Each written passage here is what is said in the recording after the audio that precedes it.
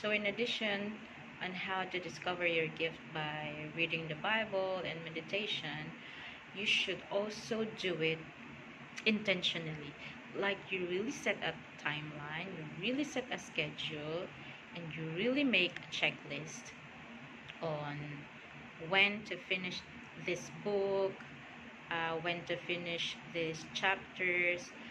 Because for me personally, you can really learn in the lives of the characters in the Bible, and you really learn also that they have so many different ways on how to deal with circumstances and situations, uh, by asking help from God. And you can also see and you can also discover how God talks to them, how God communicates to them, how they also communicate to God.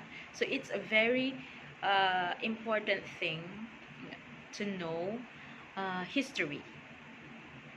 Okay, it's for me it's really important that we know the lives of the characters of the Bible, and it really helps us um, not just with the knowledge, but it also uh, add up uh, the confidence that we have inside.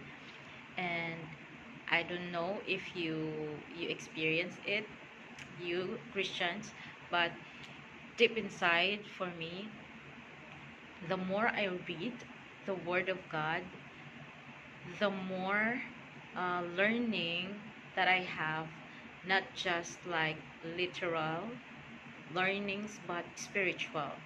Like I begin to understand His Word deeply. Like just one verse, I get these goosebumps. You know that. So it's really important that we we read the Word of God, because it really helps us to discover the gifts and the talents that we have, that God has stored in us. So yeah, keep on reading your Bibles. Okay?